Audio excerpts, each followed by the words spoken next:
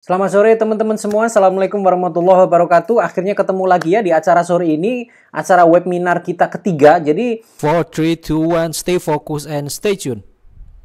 seperti rencana kita, webinar ini akan ada dua materi ya. Satu pembahasan utama, satu pembahasan bonusnya. Nah, ini kebetulan bonusnya ya, The Return of Strongest Bank. Ini adalah saham bank ya. Tadi sudah saya sampaikan bahwa untuk teman-teman yang tidak beli saham bank, mungkin nanti bisa beli saham yang kedua, kira-kira seperti itu. Oke, sebelum lanjut ya, seperti biasa disclaimer dulu, bursa saham adalah instrumen investasi dengan tingkat risiko yang tinggi. So, teman-teman harus tahu itu.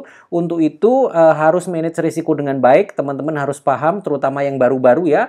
Jangan ngejar return. Returnnya memang tinggi, tapi inline dengan return juga potensi risikonya juga tinggi. Yang kedua, semua materi informasi dan analisa yang saya sampaikan di sini adalah murni opini, pendapat pribadi saya tanpa ada maksud untuk mencari keuntungan pribadi. Ya, yang ketiga, tidak ada rekomendasi jual atau beli untuk instrumen investasi atau saham tertentu, jadi semuanya based on pembahasan, nanti teman-teman tinggal tentukan sendiri. Yang terakhir adalah objektif dari video ini adalah murni berbagi informasi dan edukasi pasar modal. Ya, kira-kira seperti itu. Sekarang kita lanjutkan materinya.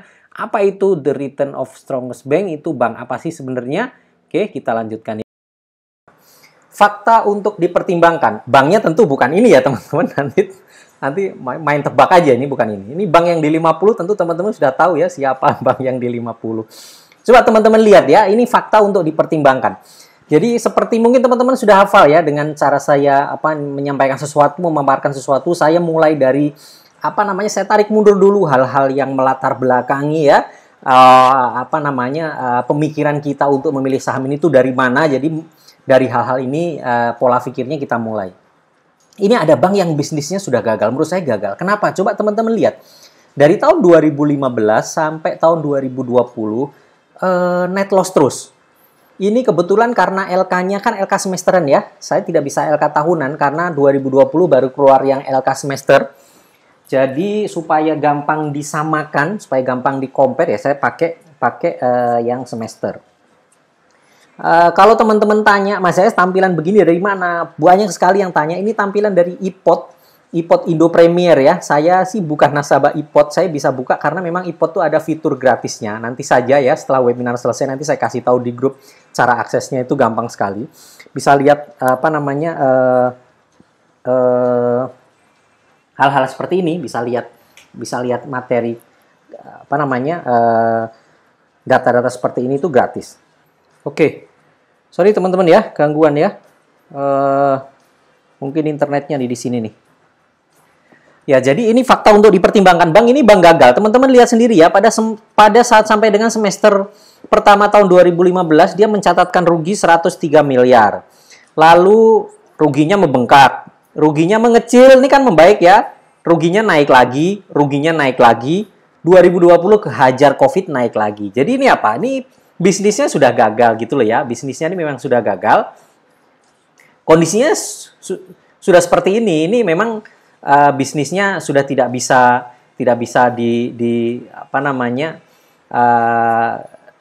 dipertimbangkan lagi deh. Ya, kondisinya sudah seperti ini. Nah, itu teman-teman sudah ada yang tahu ya, itu BEX ya. Kira-kira gitu. Kenapa saya ulas back? Tetap ini penting ya. Artinya kita tahu dan kita sepakat. Saya ingin menyepakati teman-teman gitu ya. Karena saya sendiri beranggapan ini bisnisnya back memang sudah gagal. Atau Bank Banten ya. Oke. Nah, akibat bisnis yang gagal itu apa gitu loh ya. Bisnis yang gagal tuh ada akibatnya teman-teman. Dan itu perlu diketahui oleh semua orang, khususnya stakeholder mereka ya. Pertama, hilangnya potensi dividen rutin untuk pemegang saham. Ini penting. Apalagi kalau tadi yang kita ulas kan BEX ya. Yang kita ulas tadi BEX. Nah, BEX itu kan bank daerah. Bank daerah itu kan harapannya pemegang saham besarnya dalam hal ini pemerintah daerah ya. Kalau bank BPBD itu biasanya yang memiliki Pemprov. Tentu pihak Pemprov sebagai pemegang saham paling besar ingin mendapatkan dividen rutin dari bank itu, karena bank itu salah satu mesin uangnya daerah selain dari pajak retribusi. Kalau bisnisnya gagal ya tentu potensi dividen rutinnya hilang. Untuk pemegang saham pasti hilang. Yang kedua, modal perusahaan terus tergerus habis.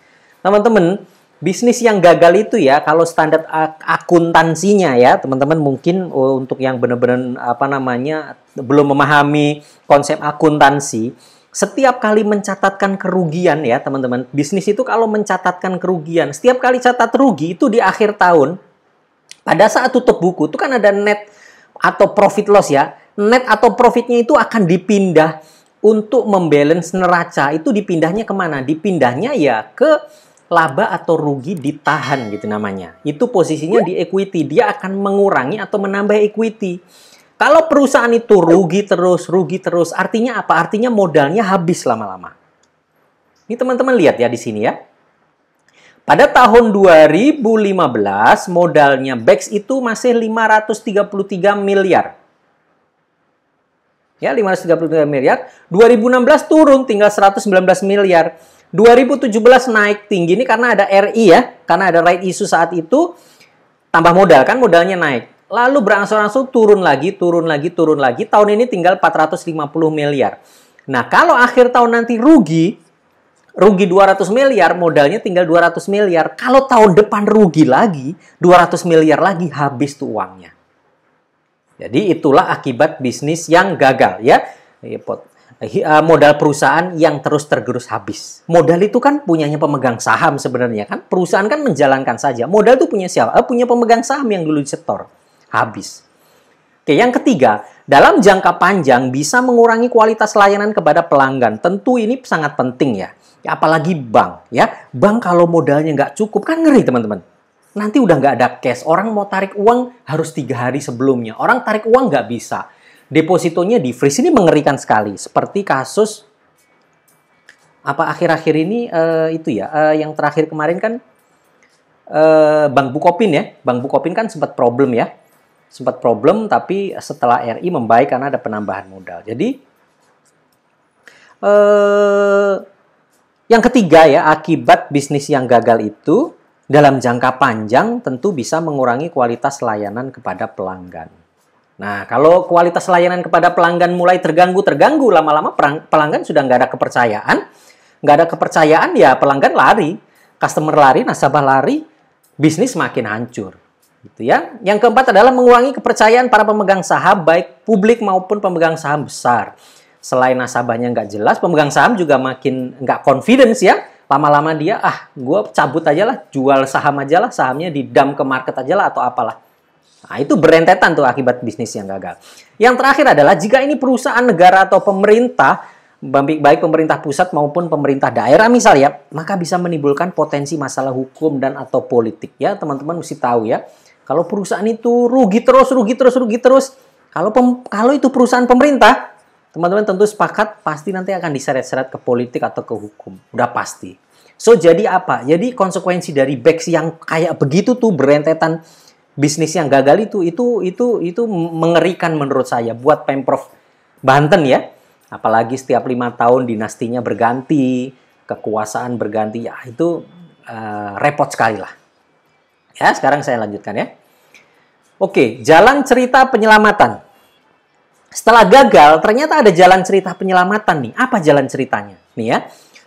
Merger Bank Banten dan BJB bisa jalan terus. Ada syarat dari Ridwan Kamil. Ternyata jalan penyelamatannya itu merger dia. Merger dengan BJB dan dengan Bank Jabar ya. Ya.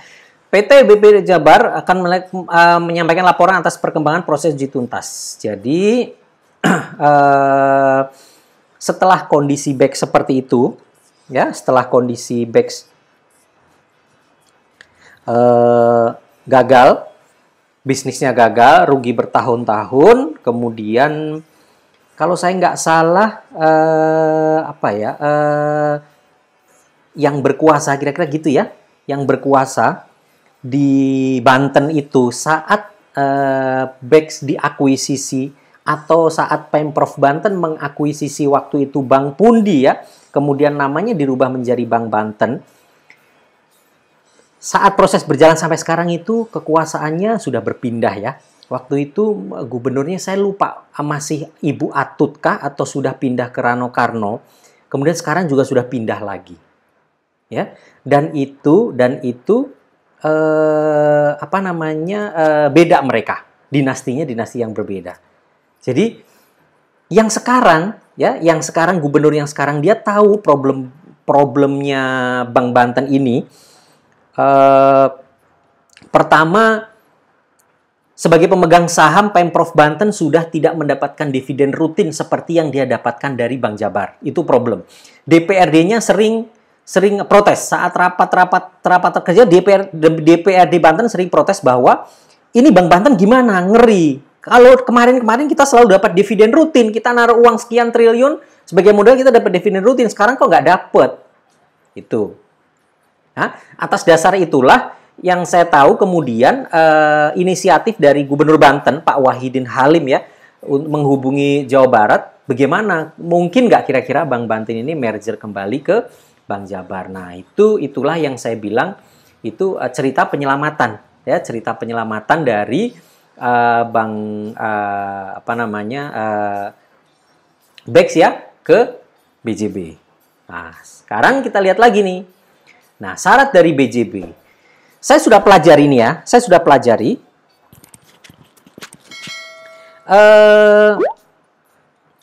gini, kalau nggak ada suaranya, saya rekam video ini, nanti silahkan tonton rekaman.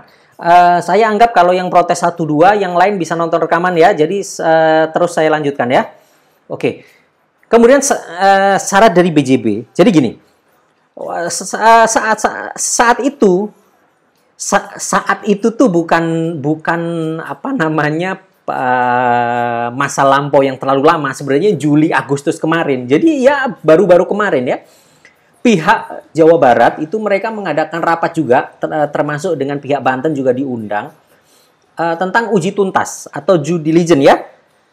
Uji tuntas kelayakan Bank Banten untuk di merger dengan BJB itu seperti apa gitu. Merger ya, namanya merger karena Bank BJB itu puluhan kali lebih besar daripada Bank Banten, maka prosedurnya sebenarnya ya Bank BJB beli sahamnya Bank Banten dijadiin satu, kira-kira kan begitu kan. Dalam hal ini kan yang diuntungkan yang jelas Bank Banten akan tertolong kan, kira-kira begitu. Nah, yang mempunyai beban dalam tanda kutip ini kan Bank Jabar. Makanya yang saya tahu proses uji tuntasnya tuh benar-benar detail. Pak Ridwan Kamil minta uji tuntas detail. Jadi di sini sampaikan ya, menolong bank itu tidak sederhana, ada kajiannya, uji tuntasnya, ada due diligence-nya. Itu sangat-sangat detail ya, sangat detail. Dan dari situlah sebenarnya keluar syarat-syaratnya ya, syarat-syarat BJB mau akuisisi Bank Banten itu ya. Yang saya dapatkan ya, data dan informasi yang saya dapatkan, pertama, kemungkinan Bank Banten memang dihargai sangat murah oleh BJB sebagai dasar valuasi. Dihargainya tuh murah sekali.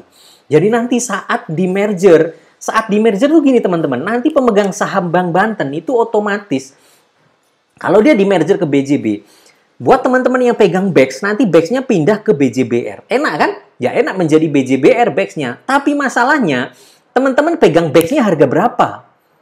Kalau dulu pegang BEX-nya harga 60 misal, ada yang nyangkut di BEX harga 60 misal. Pada waktu nanti dikonversi ke BJBR, BEX Anda itu akan divaluasi dulu. 60 per lembar tuh dihargai berapa per lembar gitu. Nah, yang saya dengar kemungkinan harganya BEX saat ini tuh nggak sampai Rp4 per lembar hari ini. Jadi kalau cuma dihargai Rp4, lah kalau Anda punya 10 lot, nggak sampai tinggal 1 lot, nggak sampai. Kalau Anda punya 100 lot, nggak sampai tinggal 10 lot. Karena memang itu kondisinya Bank Banten, menurut hasil uji tuntasnya yang saya tahu, informasi yang tahu, memang dihargai sangat murah sekali. Itu. Yang kedua, mensyaratkan agar pengendali Bank Banten bisa menyuntik modal dahulu. Nah, karena ini sangat murah, maka ada option juga di hasil uji tuntas itu. Coba deh pengendalinya Bank Banten yang sekarang suntik modal dulu deh, supaya Bank Bantennya ini kira-kira lebih sehat lah gitu ya. Suntik modal dulu lah, berapalah gitu. Nah, itu hasil uji tuntasnya itu gitu loh, keluarnya hasil uji tuntas. Ya. Kemudian merger itu ya, yang keempat, merger itu dilakukan hanya jika menguntungkan secara bisnis untuk Bank Jabar. Jadi Pak Ridwan Kamil memang strict ya, beliau memang strict terkait Bank Banten ini. Ya pokoknya kalau merger is okay, tapi hitung-hitungan akhirnya memang harus menguntungkan Bank Jabar. Saya sangat setuju itu ya, kita sebagai pelaku pasar yang fair memang ya kalau merger ya jangan ada yang dirugikan. Tentu para pemegang saham BJB ya, Bank Jabar juga setuju dengan pemikiran Pak Ridwan Kamil, memang ya kalau merger tentu harus menguntungkan. Menguntungkannya apa? Bagaimanapun juga kalau Bank Banten itu di merger ke Bank Jabar, maka market share Bank Jabar menjadi hiuk lagi ya, menjadi besar lagi karena semua teritorial Banten masuk lagi ke Bank Jabar. Karena setelah Bank Banten ini berdiri, memang ada beberapa market share ya, memang tidak besar karena masyarakat juga bahkan Pemda-Pemda di bawah Pemprov Banten pun belum berani menarik modalnya, belum berani menarik datanya dari BJB pindah ke Bank Banten karena dia melihat Bank Banten belum aman sampai hari ini. So, intinya dilakukan hanya jika menguntungkan bisnis untuk BJB. Nah, di sini yang selanjutnya di sini saya tulis ini berdasarkan valuasi saja ya. Poin nomor 5 ini. Nilai buku Bank Banten hanya 7 perak per lembar. Per semester 1. Per semester 1 berarti 6 bulan pertama. LK kuartal 2 ya. LK 2 kuartal. Saya nyebutnya nanti 2 kuartal ya. Saya kalau di AIC itu grup saya tuh kita sudah sepakat. Yang namanya 3 bulan pertama tuh saya sebut LK kuartal 1 atau LK 1 kuartal sama karena baru 3 bulan. Kalau LK semester 1 saya biasa sebutnya LK semester 1 atau LK 2 kuartal gitu. 2 kuartal pertama, bukan LK kuartal kedua. Kalau LK kuartal kedua itu hanya laporan keuangan 3 bulan kedua saja. Karena ada beberapa orang atau ada beberapa analis-analis atau angka-angka atau aplikasi-aplikasi yang menggunakan itu. Contoh Stockbit. Stockbit itu kalau bilang LK kuartal ketiga, dia bilang kuartal ketiga, maka hanya 3 bulan ketiga yang dihitung. Bukan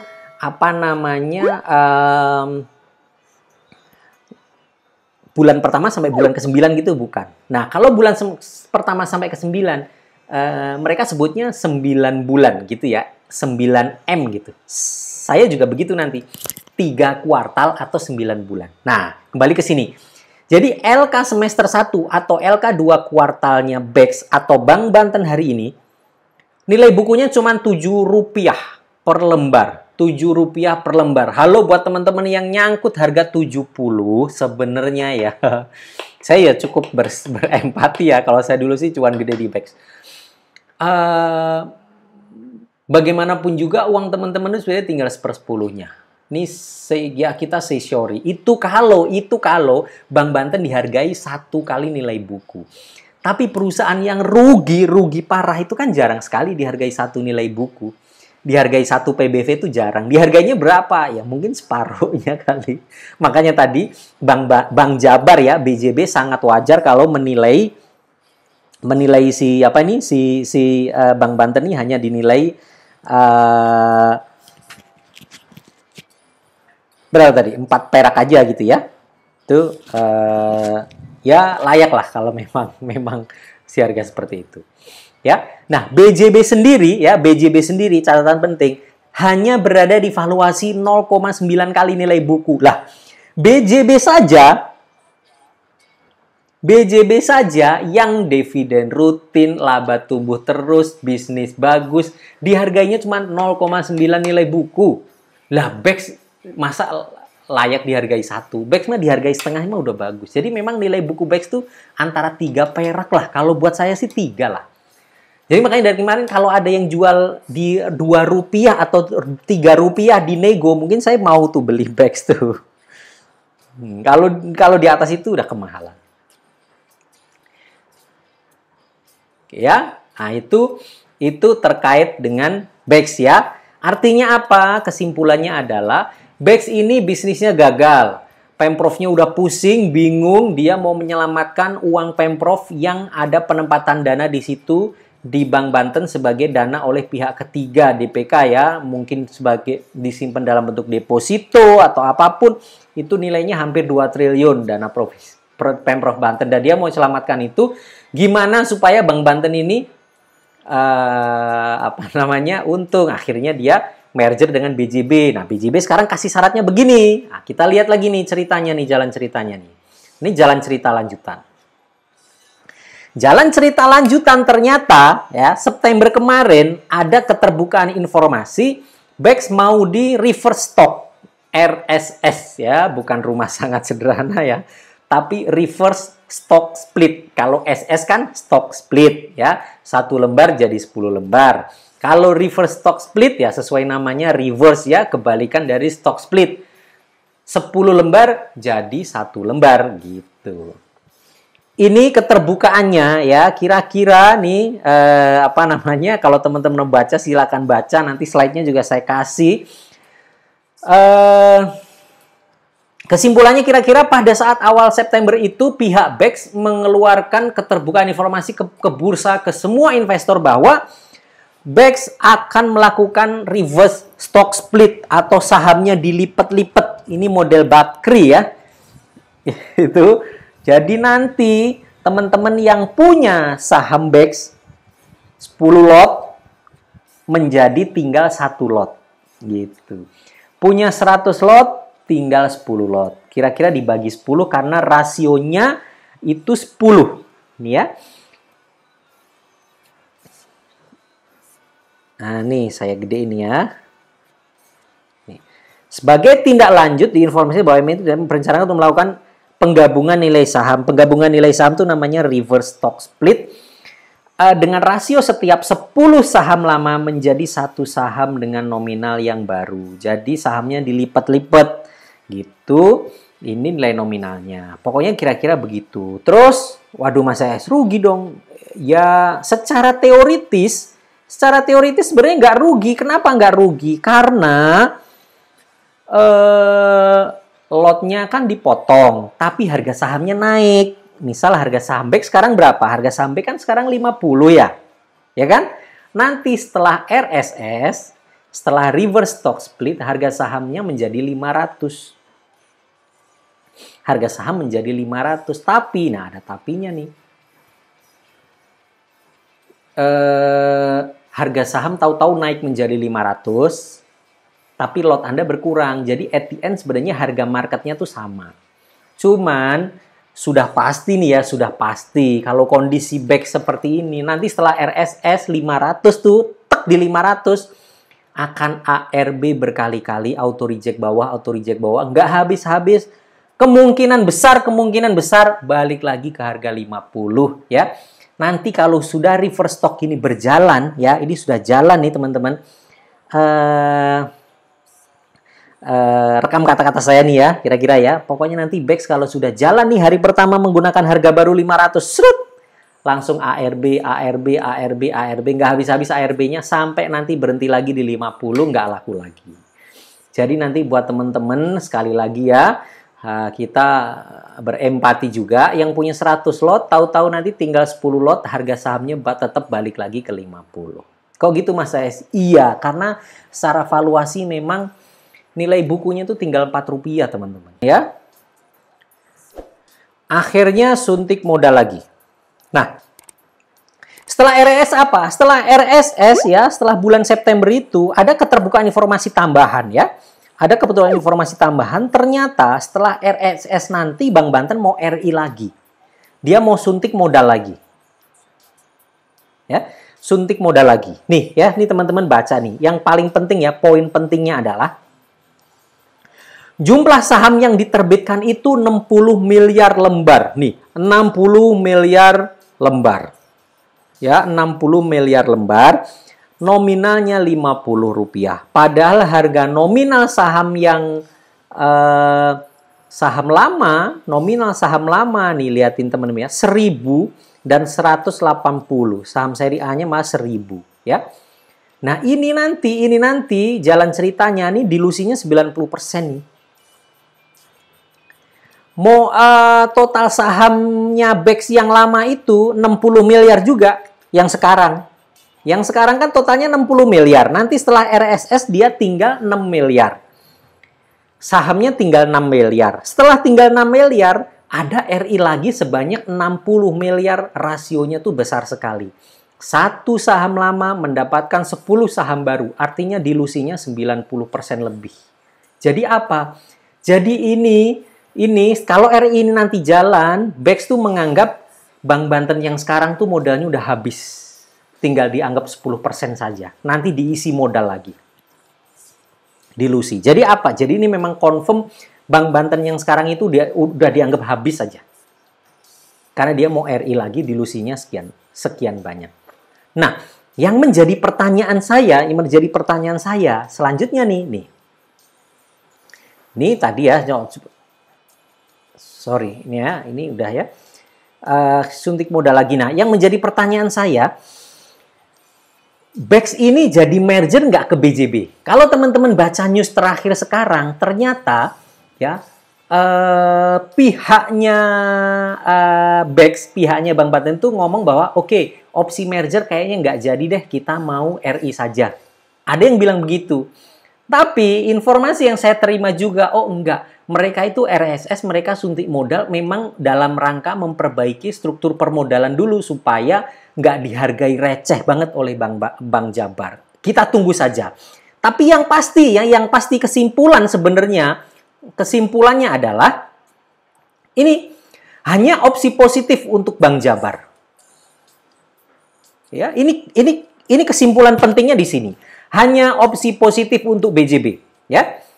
Ini sebelah kiri ini ada beberapa berita ya yang saya cuplik, saya nggak tulis, saya sengaja capture beritanya supaya sesuai sumber asli ya.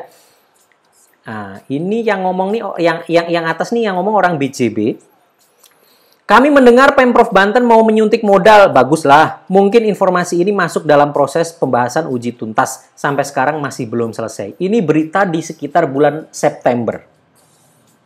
Ya. Ini sekitar bulan September. Pihak BJB menyatakan uji tuntas belum selesai. Bank Banten suntik modal mungkin juga dalam rangka uji tuntas. BJB maunya Bank Banten suntik modal dulu. Kira-kira gitu ya. Terus yang bawah ini berita ini dari pihak Bank Banten.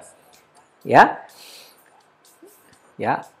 Amal ini corporate secretary kalau nggak salah, menilai keluarnya perda yang mengatur mengenai penambahan modal tersebut ditujukan agar merger tidak jadi dilakukan. Opsi merger pun tak muncul lagi karena penyuntikan modal dipastikan akan berhasil menyelamatkan Bank Banten dari masalah. Kok menurut saya nggak akan selamat ya? Karena bisnis itu kalau cuma disuntik modal, kalau bisnisnya nggak diperbaiki ya nggak bakalan bagus sih. Tapi anyway, kita tunggulah ya. Anyway, ini jalan ceritanya BEX ini kita tunggu.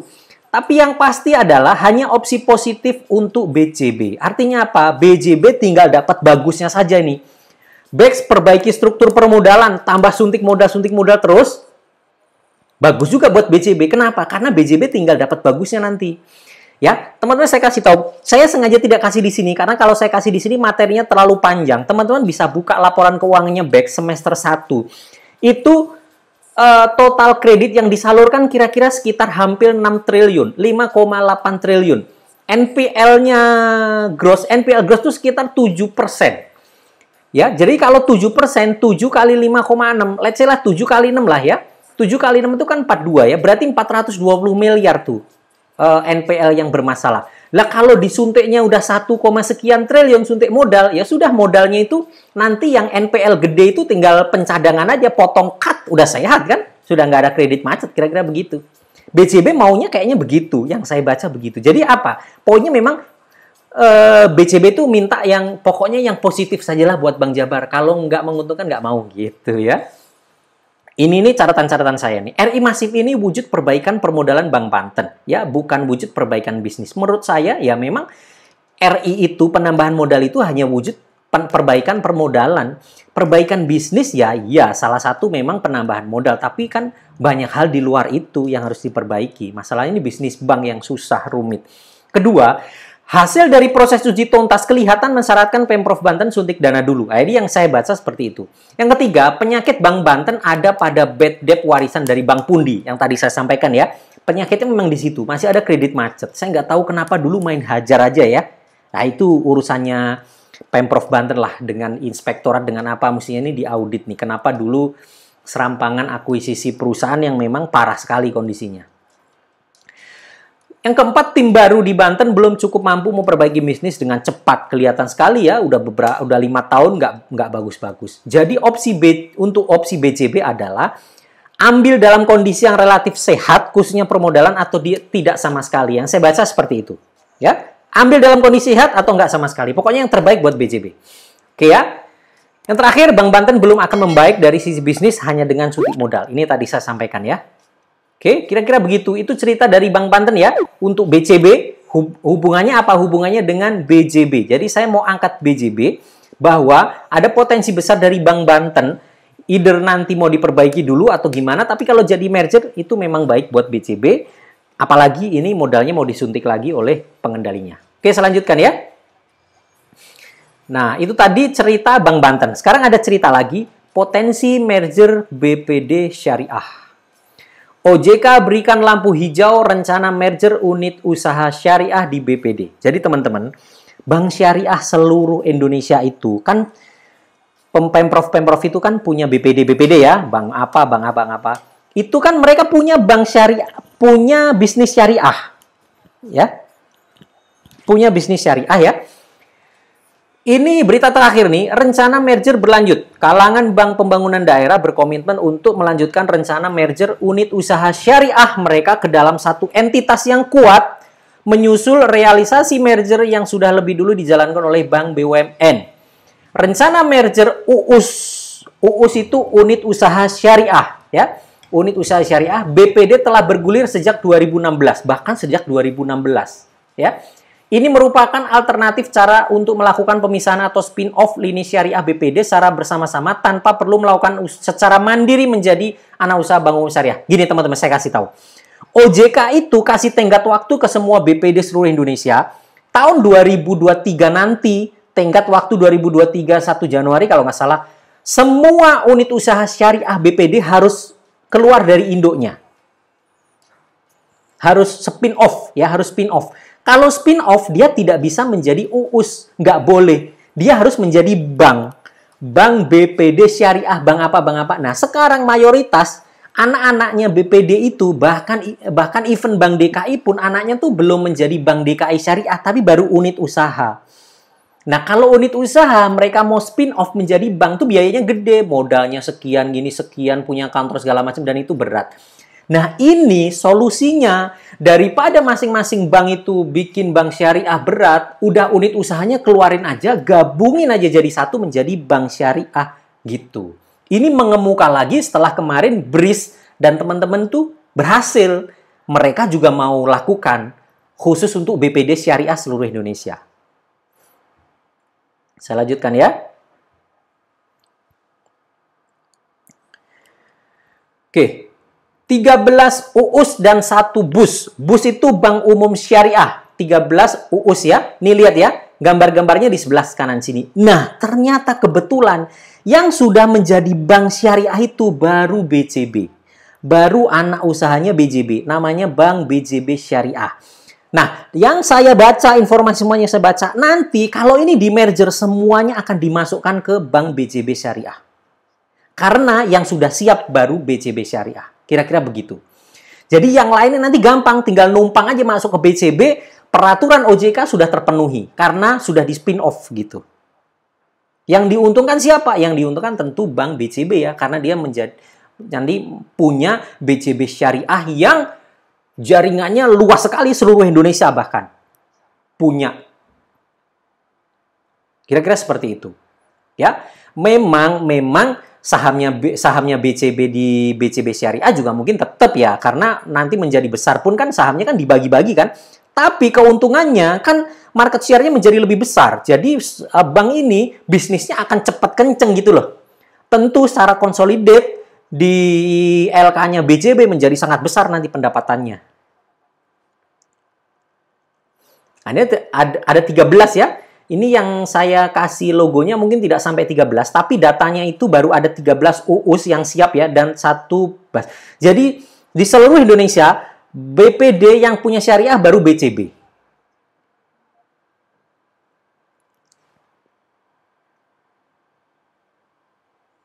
Ya.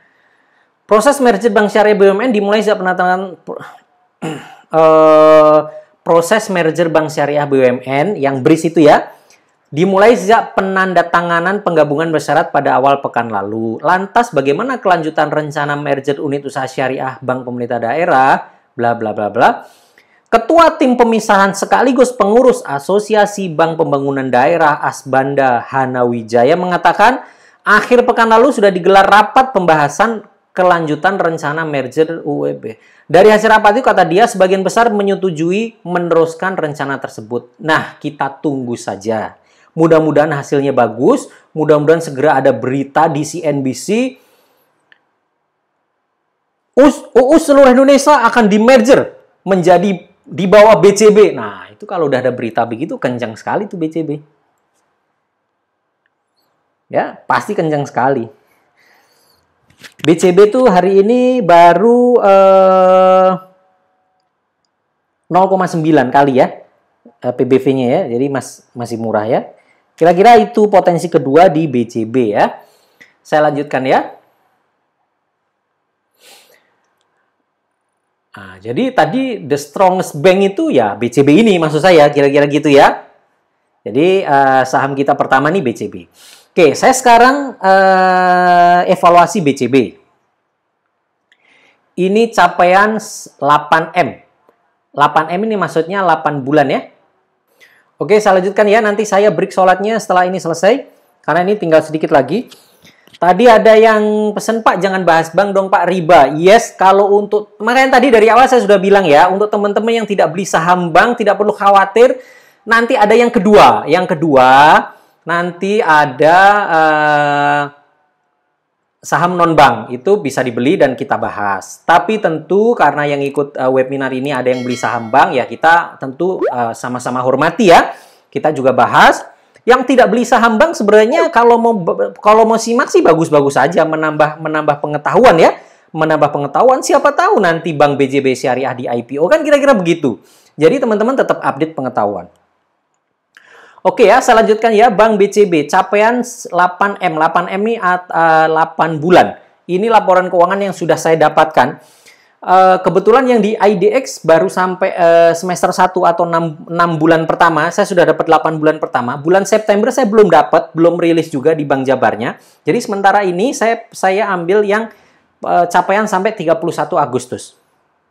Saya ambil angka-angka penting saja. Buat teman-teman yang ekonom, yang ngerti bank, yang apa, nanti bisa kasih masukan ke teman-teman lain, ke saya juga. Mungkin nanti di grup kita saja di Telegram. Mas AS, misal kalau lihat bank tuh, lihat ini juga, Mas AS lihat ini boleh.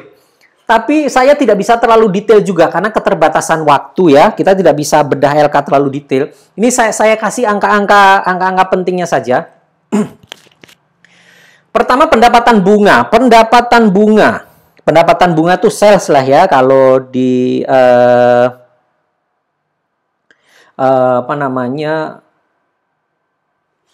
non-bank tuh ya pendapatan utama itu ya. Pendapatan bunga 2020 7,622 triliun. 2019 7,356 triliun. Artinya ada kenaikan 4% ya, ada kenaikan 4% pendapatan. Sementara pendapatan bunga bersih itu seperti gross profit gitu kalau di perusahaan lain ya. Kalau di bank tuh ada pendapatan bunga, ada beban bunga. Jadi benar-benar pendapatan bunga bersih. Tahun 2020 4,1 triliun, 2019 3,8 triliun, naiknya 7%. Artinya lebih bagus nih ya. Bagus nih ya. Margin istilahnya gross profit marginnya lebih bagus lah gitu, karena kenaikan pendapatan dengan kenaikan marginnya lebih tinggi kenaikan marginnya. Sekarang laba operasional. Laba operasional tahun 2020 1,387 triliun. Sementara 2019 1,244 triliun. Naiknya lebih tinggi lagi malah, 12%. Ya. Kemudian laba bersih atau net profit 2020 1,103 triliun, 2019 952 triliun, ada kenaikan 16%. Besar sekali kenaikannya ya, 16%. Oke, sekarang hal-hal lain ya di luar laba bersih. Kita lihat ya. Total kredit ya, total kredit disalurkan 2020 87,025 triliun, 2019 78,144. Ada kenaikan 11%. Ya. Kemudian total asetnya 2020 134,439 triliun, 2019 118,439 triliun. Ada kenaikan 14%. Ya, yang terakhir CKPN ya, pencadangan ya, CKPN itu pencadangan, di bank tuh harus ada pencadangan untuk kredit macet, maksudnya itu ya. Tahun 2020 1,895. 2019 1,18. Artinya apa? Dinaikkan 41%. Tinggi loh itu. 41% itu tinggi, teman-teman.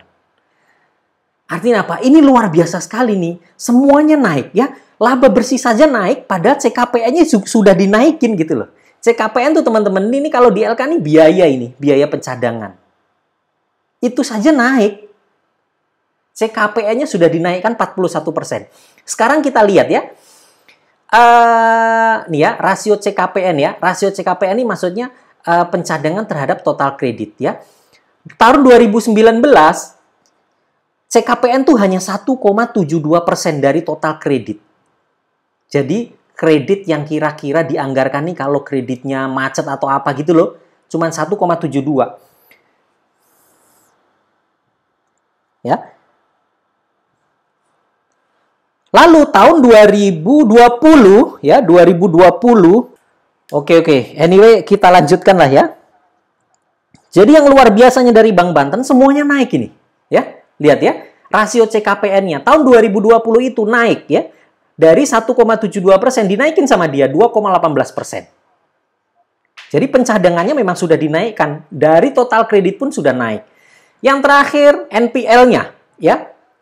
Non-performance loan-nya ya. Hutang yang nggak perform ya. Hutang kredit macet lah kira-kira. Tahun 2019 1,7%. Tahun 2020 1,6%. NPL-nya turun.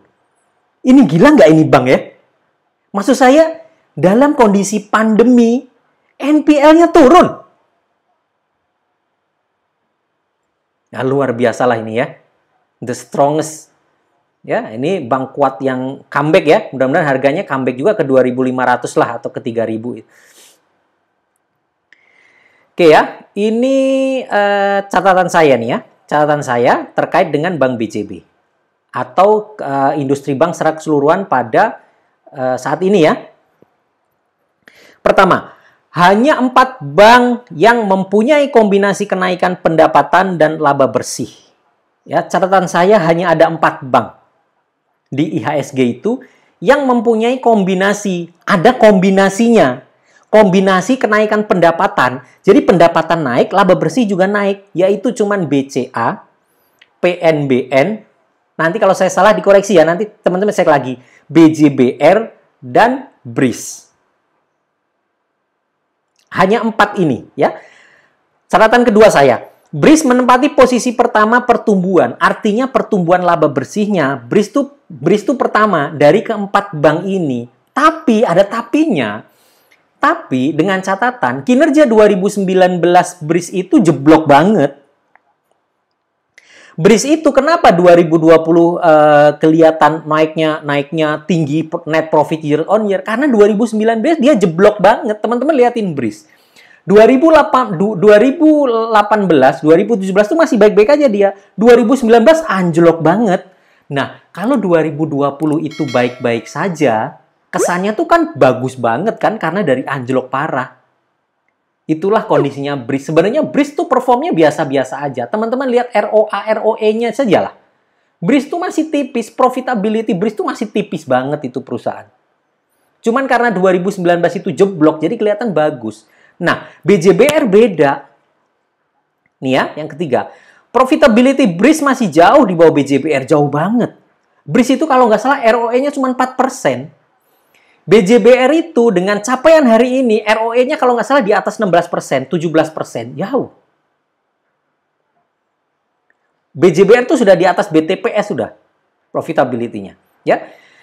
BJBR paling tinggi dari sisi pertumbuhan di antara BBCA dan PNBN. Ya, jadi kalau kita hilangkan BRIS karena BRIS ada pengecualian tadi, maka dari 3 bank ini BCA, PNBN ya, Bank Panin dan BJBR yang paling tinggi pertumbuhannya tuh BJBR. Jadi BJBR net profit tumbuh 16% ini paling tinggi di antara semua bank hari ini di saat pandemi COVID-19 semua bank. Bahkan menurut saya di atas BRIS. Karena kenapa? Karena BJBR 2019-nya BJBR tuh baik-baik saja. Turun tapi turun tipis. Hari ini naik. Nah, kalau 2019 BJBR tuh anjlok banget tuh. Kenaikan mungkin bukan 16%, kenaikannya ratusan persen gitu loh. Nah, teman-teman, kemarin kan ada berita BBTN ya. BBTN labanya naik berapa kenceng gitu ya. Itu sama teman-teman. BBTN itu kalau teman-teman ngelaporan keuangannya dibanding 2019, pendapatannya turun, bisnisnya slow down, bisnisnya turun. Kenapa labanya naik masa es? Karena 2019 itu ada kasus, ada fraud, ada kredit macet triliunan yang dihapuskan oleh dirutnya sehingga labanya anjlok 2019. Sekarang labanya itu normal. Jadi kelihatannya naik banget padahal enggak sebenarnya BBTN itu. Itu hanya ilusi year on year saja karena tahun kemarin anjlok. BJBR ini beda. BJBR ini 2019 baik-baik aja. Hari ini masih bisa naik dia. Buat saya itu the best BJBR itu. Oke ya.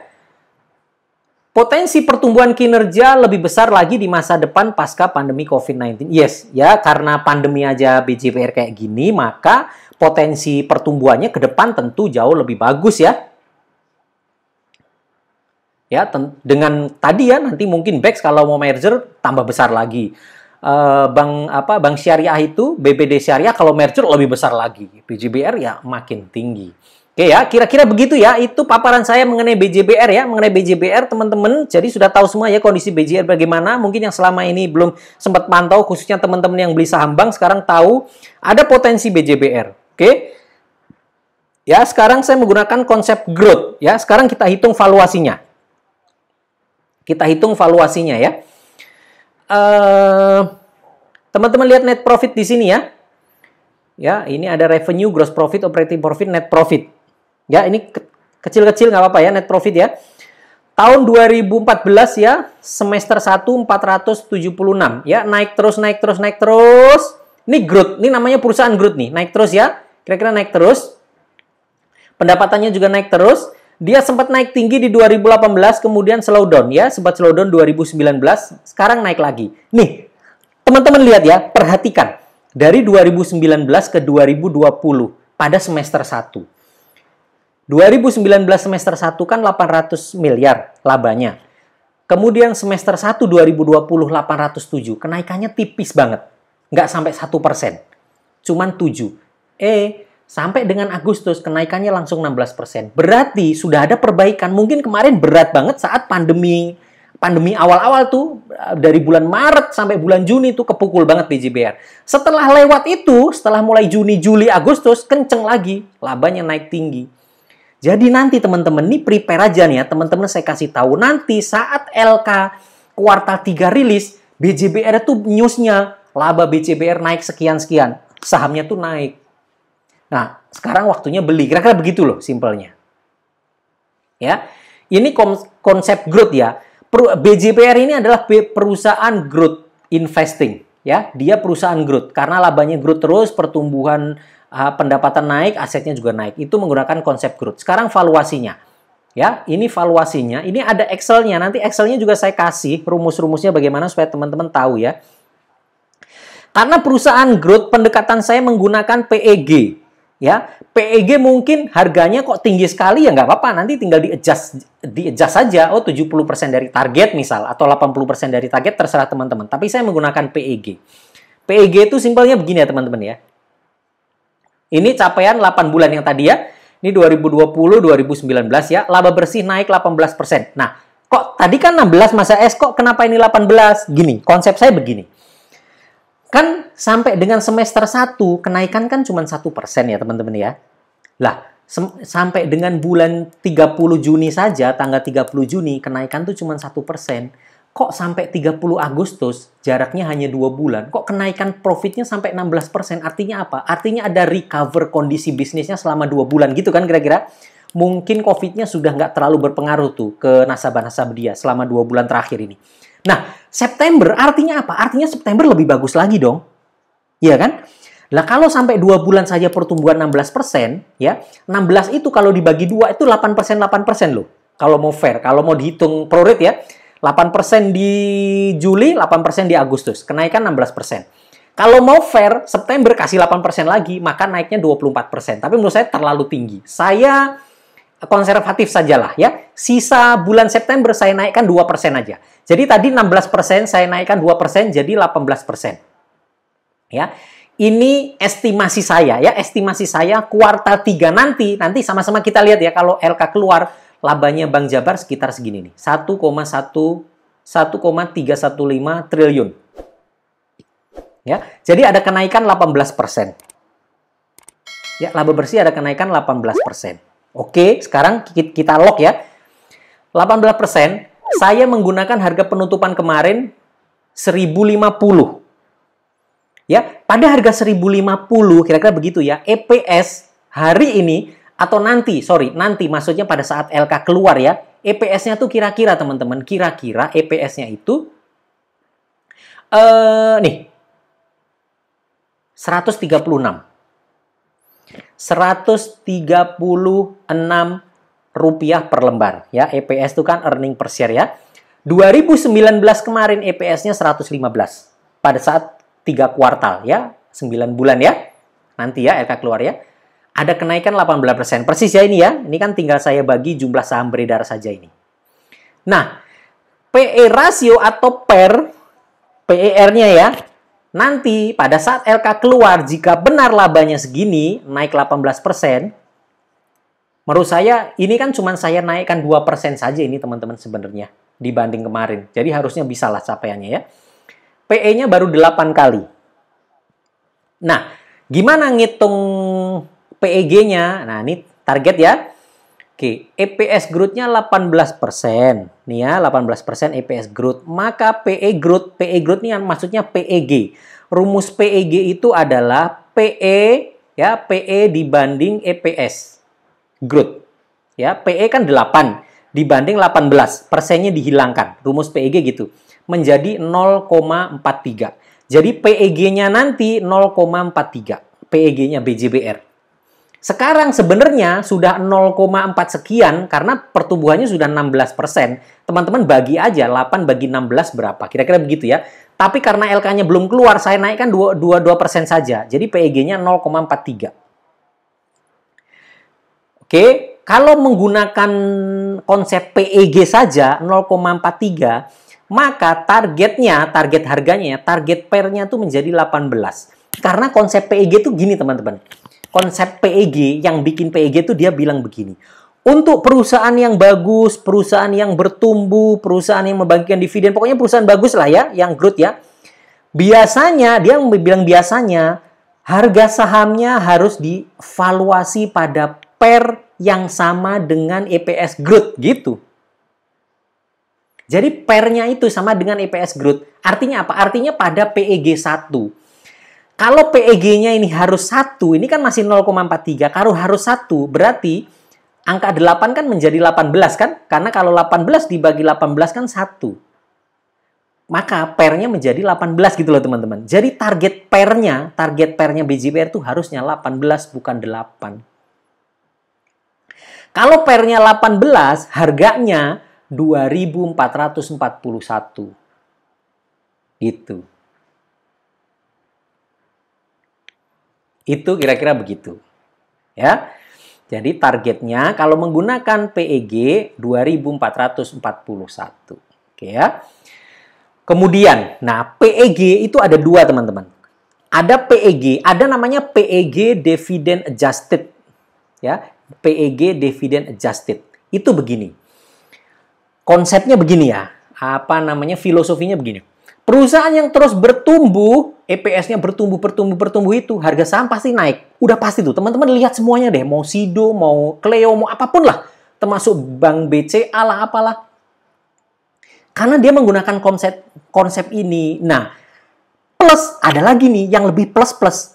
Perusahaan yang bertumbuh, EPS-nya naik terus, plus, dia bagi saham rutin. Nah, bagi saham rutin, maka, ada makanya nih ya, PEG-nya itu menjadi PEG Dividend Adjusted. Nih, ada namanya PEG Dividend Adjusted. Itu rumusnya adalah, kalau tadi PEG kan PE dibagi EPS growth, gitu ya. Kalau PEG Dividend Adjusted rumusnya PE dibagi EPS growth ditambah dividen. Jadi EPS growth dan dividen ini di bawah. Ya, 18 ditambah 10 dulu ya, ditambah 10,9 berarti menjadi 28,9 gitu ya. Baru nih 8 dibagi 28,9. Sehingga PEG dividend adjusted-nya cuma 0,27.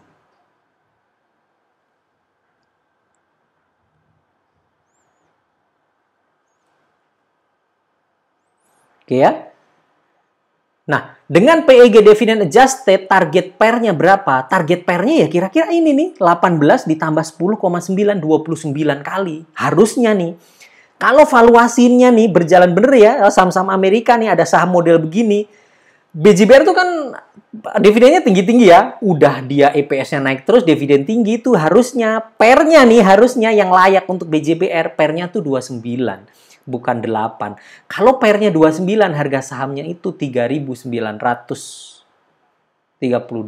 Gitu, teman-teman. Jadi target harganya 2 nih sekarang. Target yang konservatif, target menggunakan PEG biasa 2.400. Kalau PEG dividend adjusted karena dia bagi dividen rutin, maka 3.900. Ada pertanyaan tadi. Pak S, DER-nya tinggi. Loh iya, bank tuh jangan lihat DER-nya. Gini loh. Teman-teman lihat ini ya, maksudnya ini ya, debt equity ratio 10 kali ya. Gini teman-teman, DER ini tuh salah. DER itu teman-teman yang benar adalah, DER itu kan debt equity ratio ya, debt equity ratio. Debt-nya itu apa? Debt itu yang interest bearing debt. Interest bearing debt. Atau hutang-hutang yang berbunga. Hutang-hutang yang berbunga. Ya, oke ya, masih aman ya. Atau hutang-hutang yang berbunga. Nah, contoh kita nggak usah ngomong bank dulu nih ya. Misal contoh perusahaan pabrikasi. Misal contoh Gajah Tunggal lah atau apalah ya. Dia punya utang ke bank, gitu kan ya. Dia punya utang ke bank berapa triliun. Lalu dia kan punya vendor kan. Perusahaan-perusahaan itu kan punya vendor. Yang vendor macem-macem lah. Vendor listrik lah, vendor gas lah, vendor bahan baku lah, vendor apalah. Nah, vendor-vendor itu kan biasanya kan nggak dibayar cash kan teman-teman. Mereka kan ngirim barang dulu, dicatat kan, nanti bayarnya 3 bulan lagi ya gitu. Nah, itu di neraca itu kan dicatatnya sebagai hutang juga itu. Teman-teman, itu. Nah, yang hutang-hutang model begini itu tidak masuk sebagai DER karena dia tidak tidak ada bunganya. Jadi teman-teman kalau lihat emiten-emiten yang tidak punya utang seperti Sido, seperti Harum, seperti Metrodata, itu perusahaan-perusahaan yang nggak punya utang ya. Tapi kalau teman-teman lihat neracanya, dia punya utang tapi namanya utang usaha. Utang usaha itu nggak masuk dalam DER. Karena dia bukan merupakan debt interest bearing, dia bukan.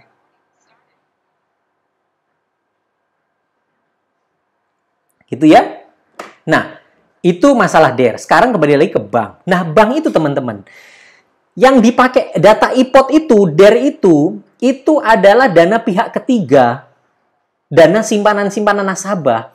Lah kalau DER-nya makin tinggi, buat bank ya makin bagus. Artinya apa? Artinya banyak orang nabung. Artinya makin banyak sumber dana murah. Gitu. Perusahaan yang sumber dana murahnya kuat, itu profitnya pasti gede. Sumber dana murah itu kan dari tabungan, teman-teman. Tabungan itu kan hampir nggak ada bunganya itu. Coba siapa angkat tangan yang punya tabungan? Emang ada bunganya? Kepotong administrasi gedean mana coba? Kira-kira begitu ya. Nah, sumber dana mahal buat bank itu, deposito itu kan lebih mahal ya. Terus kemudian kalau dia terbitkan bond tuh lebih mahal. Nah, DER-nya BJB 10 kali itu jangan dilihat itu DER yang seperti DER pada umumnya, bukan. Itu dana pihak ketiga, itu simpanannya masyarakat.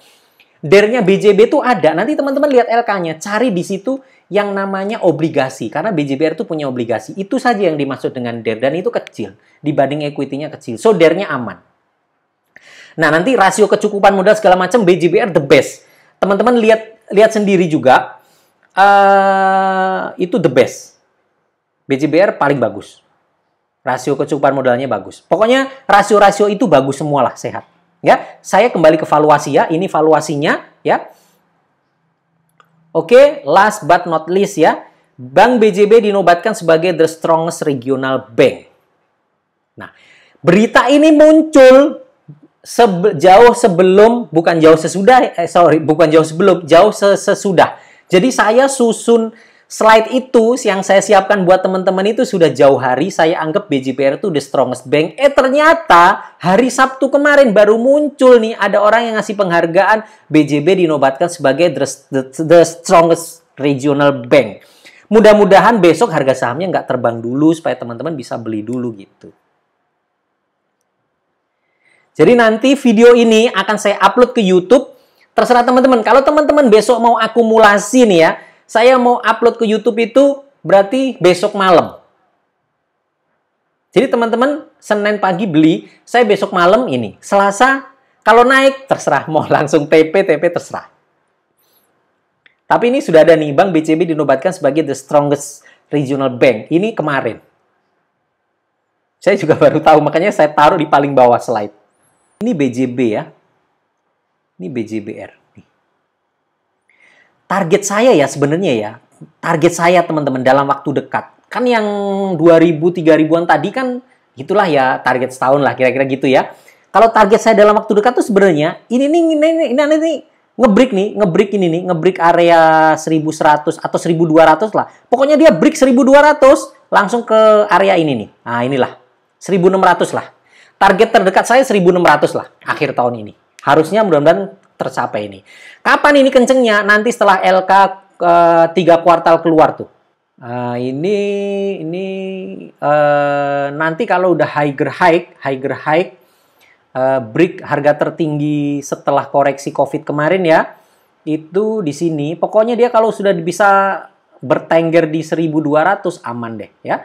Bisa bertengger di 1200 ini, potensi kenaikan next-nya di area ini. Ini kan ada supply and demand ya. Area ini kuat nih. Biasanya nanti ke sini. Ini dari 1200 ke 1600 nih nggak ada halangan nih. Nggak ada supply and demand. Biasanya cepat nih. Dari 1200 ke 1600 cepat. Kapan masa S? Menurut saya setelah rilis LK. Setelah rilis LK, kayaknya kenceng nih saham ini. Nah, oke ya. Saya tambahin satu lagi. Nah, masa S, kapan masuknya? Oke, saya mau kasih tahu. Saya nggak expert di technical. Saya akui saya nggak expert di technical. Saya pakai technical tapi standar-standar gini. Kalau teman-teman mau cari expert, teman-teman nanti bisa diskusi dengan teman-teman lain ya. Kapan kira-kira masuknya. Tapi masuk di mananya saya kasih tahu di BJBR. Kapan masuknya teman-teman kalau mau detail lagi masuknya hari ini atau besok. Karena kalau saya ini kan investor mid to long term ya. Buat saya selisih 4-5% nggak masalah. Saya hajar nanti target saya 2000-an gitu loh. Kalau teman-teman mau main-main selisih-selisih dikit di sini memang harus main technical banget gitu. Nih ya, tuh lihat. Ini asingnya nih teman-teman nih. Nih. Paling kanan nih ya. Nih. 1 2 3 4 5 6. 6 hari terakhir akumulasi gede banget asing di BJBR. Ya, ini gede banget nih akumulasi asing. Terus hari apa nih ya? Hari Kamis kemarin ada buangan nih, ada buangan. Ini teman-teman inget nggak yang hari Kamis tuh kayak ada rebalancing ya di bursa ya. Tahu-tahu ada yang koreksi dalam itu.